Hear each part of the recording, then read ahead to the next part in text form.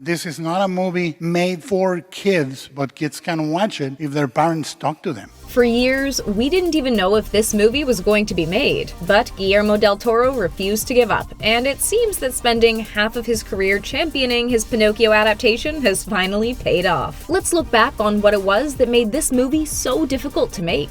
At one point we had 60 units shooting at the same time. Number 1.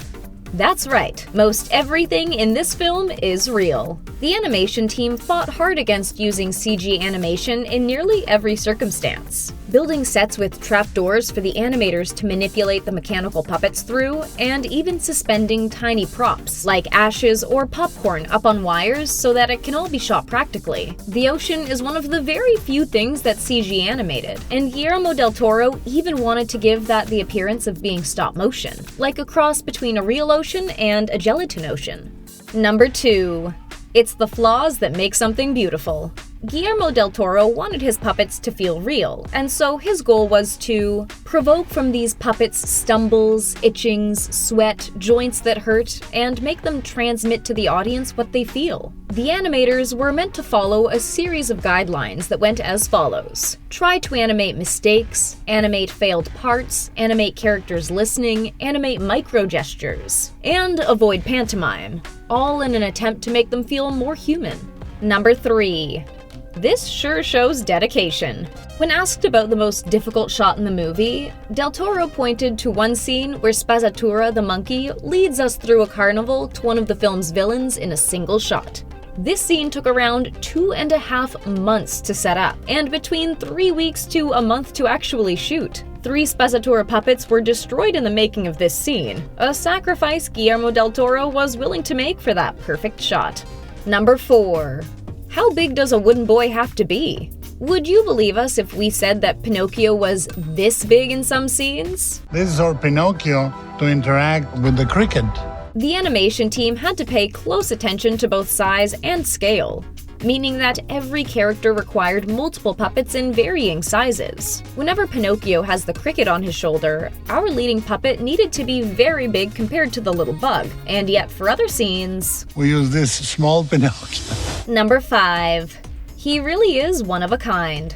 As the wooden boy, Pinocchio needed to stand out. And so to make sure that his design looked more fantastical than the others, the Pinocchio puppet was 3D printed with replacement face and body parts. The body is made out of titanium and provided with plenty of joint movement by English animation studio McKinnon and Saunders. In fact, Pinocchio is the only puppet to have been fully printed from a 3D printer to date. Number 6. Whenever possible, the animators tried to film in twos. This is a technique in stop-motion animation that actually cuts the amount of frames per second from the standard 24 all the way down to 12. Although this technique was previously thought to result in more stuttered animation, Pinocchio's animation supervisor, Brian Leif Hansen, aims to prove that shooting in twos can instead create more nuanced and realistic characterization. Number 7.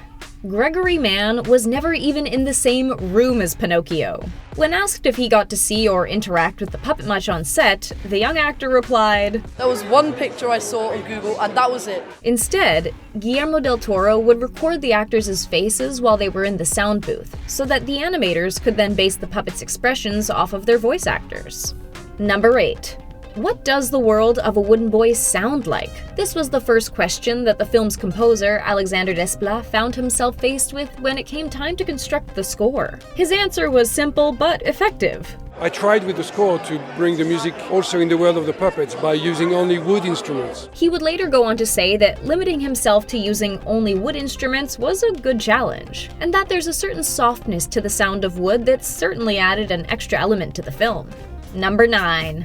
Pinocchio's father is meant to feel the most human. As such, his design was the first to be approved and the one that went through the least amount of changes from sketchbook to screen. Many of the more fantastical characters went through more substantial design changes over time, all of which have been documented in Guillermo del Toro's Pinocchio, A Timeless Tale Told Anew by Gina McIntyre. This book from Insight Editions gives fans an illustrated look into the journey behind the film's character designs, puppet building, and grueling animation process. Number 10. Let's hear it for the animators. Guillermo del Toro has gone out of his way to celebrate the work his animation team did on Pinocchio, even going so far as to state, "One significant step on Pinocchio is that we credit the animators right up front alongside the cast members." Because they are. He hopes that this will have a revolutionary effect on the movie industry, as animators tend to be overlooked, despite the very important role they play in a film's success. Number 11. For a while, it looked like this movie wasn't going to exist. Guillermo del Toro first pitched the idea 15 years ago, and though he would describe it at the time as the movie he's always wanted to make, it would almost seem as though the project had been cancelled entirely when he couldn't find a studio to back it. Refusing to give up, del Toro ultimately sold the idea to Netflix in 2018, sending the film into 5 years of intense pre-production and production. Number 12. Guillermo del Toro loved Pinocchio growing up. And ever since his mother first gave him carved Pinocchio figurines, he tried to replicate them at age 11 and never stopped. I told my mom, "You think I could do a Pinocchio?" And she said, "Yeah, you can." Over the 15 years that del Toro was trying to get Pinocchio greenlit, his mother would tell him, "That's the movie I want to see." Before the world premiere of Pinocchio at the BFI London Film Festival, del Toro took the stage to honor his mother, who passed away only 1 day prior. She was able to see a few scenes and the trailer beforehand, though. Number 13. The rules were made to be broken. Guillermo del Toro knew he wanted his version of Pinocchio to explore the value of disobedience, and so he took plenty of inspiration from the artwork of Gris Grimly. Grimly drew Pinocchio in such a way as to make him look untamed, yet innocent. His artwork is often far darker in nature when it comes to the threats that Pinocchio faces throughout the book as well, making it the perfect source of inspiration for this horror director.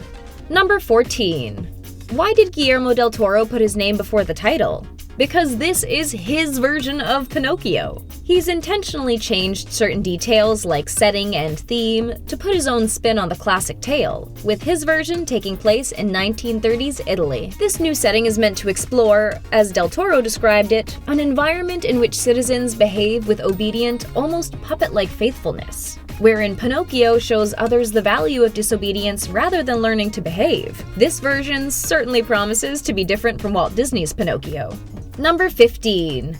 Exciting news for Guillermo del Toro fans. He considers Pinocchio to be the completion of a trilogy that he started with The Devil's Backbone and Pan's Labyrinth. All 3 movies deal with the subject matter of childhood and war, and use fairy tales as a means to explore them. If you look closely, you may even notice a couple of Easter eggs scattered throughout the film, such as the fawn from Pan's Labyrinth in one of the windows, as well as little gestures to The Devil's Backbone. Pinocchio was clearly a special project for Guillermo del Toro, and it's one that he's spent 15 years trying to get just right. Do you think all that hard work and passion paid off? Let us know what you think down in the comments.